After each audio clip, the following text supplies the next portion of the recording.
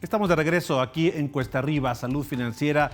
Gracias por continuar con nosotros como todos los días en el 8.3 de televisión abierta de lunes a viernes a las 12 del mediodía. Recuerda que también vía streaming nos puede sintonizar www.unife.mx.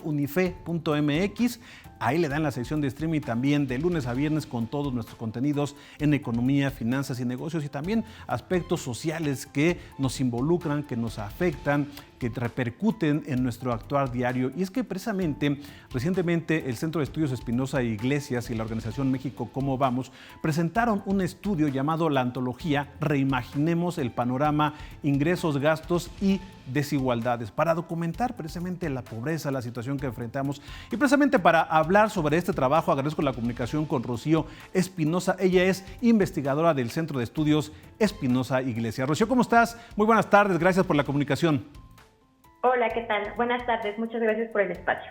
Gracias, Rocío. Oye, para que nos platiques sobre este análisis, esta antología que presentaron junto con la organización México ¿Cómo Vamos? Sin duda importante porque, bueno, se abordan temas, ingresos, gastos y también el tema de las desigualdades. ¿Qué es lo que detectan en un inicio, Rocío, en este trabajo realizado?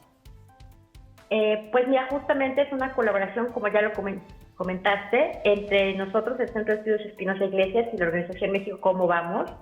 Y el análisis que hacemos en conjunto con otra serie de investigadores y colaboradores que participan en esta antología a propósito del análisis de la información de la recién publicada hace un par de meses Encuesta Nacional de Ingresos y Gastos de los Hogares. Para quienes no estén necesariamente familiarizados con esta encuesta, este es el insumo principal para medir pobreza en nuestro país. Es la encuesta a partir de la cual el Coneval nos da estas cifras de quiénes o quiénes no son pobres, ¿no? Entonces, en este esfuerzo de invitar a varios colaboradores, pues tenemos un documento que tiene un análisis profundo a propósito de cómo son los ingresos a partir de 2016 hasta 2022. Es una encuesta bianual, entonces tenemos para cada 2 años esta información a propósito de los ingresos, cómo se han dado estos cambios en el gasto, cuál ha sido el patrón de gasto de las familias mexicanas durante este periodo, así como otros textos informativos a partir de la información. Es una encuesta muy rica, es una encuesta muy grande y que nos permite pues generar, hay colaboraciones, por ejemplo, con temas de pensiones, ¿no? Tenemos colaboraciones a propósito de la desigualdad en el país, sobre pobreza, educación. Fíjate, Rocío, que precisamente estaba comentando con algún colega esta mañana sobre este análisis que hicieron y dice, bueno, a veces son extensos, pero por eso es bueno platicarlo con quienes lo elaboran, con los especialistas, porque en el tema de los ingresos, ¿cómo podemos resumir, Rocío? ¿Estamos mejor? ¿Estamos peor? ¿Cómo ha evolucionado el ingreso de los mexicanos? Porque, por una parte, si hablamos del salario mínimo, queda claro que se ha recuperado en años recientes, ha habido un incremento superior al promedio de años anteriores, pero esto no se ha visto reflejado en el bienestar de las familias. Sigue habiendo familias pobres. Es decir, ¿estamos mejor? ¿Estamos peor? ¿Cómo nos encontramos los mexicanos en este momento? Bueno, sin lugar a dudas tenemos, como te comentaba, este análisis entre 2016 y 2022. 2020 fue un año muy particular en el cual todas las personas de alguna manera fuimos afectados por la pandemia, unas más que otras. Entonces, cuando analizamos entre 2018 principalmente y 2022, lo que vemos, por ejemplo, es un aumento en transferencias de los hogares, ¿no? Estos ingresos se han incrementado, hemos transitado de una parte en la que teníamos las transferencias focalizadas a ciertos sectores de la población hacia sectores más universales, ¿no? Y esto lo vemos reflejado principalmente en las pensiones, por ejemplo, para adultos mayores, ¿no? Otra parte del ingreso que ha sido muy importante durante los últimos años son las remesas, ¿no? En las cuales pues vemos un aumento significativo en los hogares que reciben estos ingresos, ¿no? Se ha convertido en una parte importante de estos ingresos, sin lugar a dudas. Y también, por ejemplo, cuando analizamos el ingreso, qué tan diferente es entre hombres y mujeres, pues seguimos viendo brechas significativas, ¿no? Aquellos hogares comandados por jefes del hogar suelen percibir más ingresos que aquellos que no, comandados por mujeres jefas de hogar, ¿no? Por ejemplo.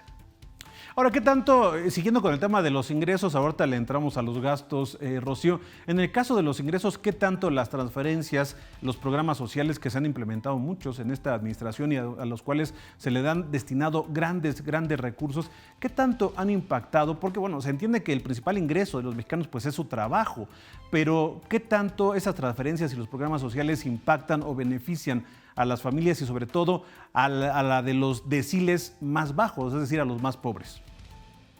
Fíjate que, como lo comentas, principalmente estamos hablando de alrededor del 70% de los ingresos a los hogares proviene de trabajo, ¿no? Sin embargo, lo que sí hemos notado es que para los años 2016, 2018, teníamos un ingreso considerable en aquellos hogares más pobres, por decirlo de alguna manera más coloquial, pero son quienes reciben menos ingresos. Lo que hacemos en los análisis de manera habitual es dividir a la población en 10 grupos. Entonces, cuando hablamos es como de aquellos que están en los deciles más bajos, quizás una forma coloquial de decir los deciles más pobres. Y veíamos que en estos grupos, en los deciles más bajos, las personas solían recibir buena parte de sus ingresos. Significativo alrededor, si mal no recuerdo, la cifra del 30% que está en el libro especificado de la antología de Reimaginemos el Panorama. Y lo que hemos visto en estos últimos 2 años, particularmente para 2022, en los últimos 2 periodos de análisis, es que no necesariamente aquellos hogares, no las mejores condiciones, son de quienes están recibiendo estos ingresos, ¿no? Lo que vemos es cómo ha cambiado y ahora es como una distribución como mucho más pareja, en donde en los hogares con mayores ingresos, donde no necesariamente estas transferencias eran parte significativa de sus ingresos, están recibiendo ahora. Está convirtiendo en una parte importante. Ahora, los gastos, ¿cómo se han comportado los gastos de los mexicanos, Rocío? Pensando en lo que nos acabas de dar a conocer en cuanto a los ingresos, ahora los gastos, ¿en qué estamos gastando los mexicanos? ¿Qué necesidades tenemos? Que incluso podemos decir que en algunos rubros que debe de cubrir el Estado, como salud, por ejemplo, como educación, y que no los alcanza a cubrir, pues las familias, ahí sí, de todos los deciles tienen que desembolsar. Pero, ¿qué han detectado en cuanto al gasto de los mexicanos también en este estudio? Esta pregunta es bien interesante porque sabemos que 2020, incluso parte de 2022, fuimos afectados por una pandemia, lo cual implica un cambio en el patrón de gastos en salud, ¿no? O sea, fue uno de los rubros en los cuales fuimos principalmente afectados, y lo que este análisis nos permite visualizar es que el gasto en este rubro aumenta, principalmente para 2020.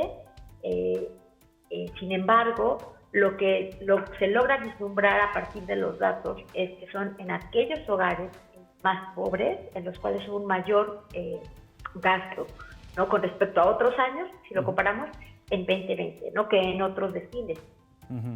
Y también una parte importante, que creo que es un dato bien relevante que tiene la antología, es que cuando analizamos qué porcentaje del ingreso gastan los hogares, lo que vemos es que en aquellos más pobres es alrededor del 110-120%, ¿no? Que lo que nos está hablando es que las personas no están logrando cubrir las necesidades que tienen con los ingresos que perciben, ¿no? Y nos habla de un posible endeudamiento y una perpetuación de la pobreza.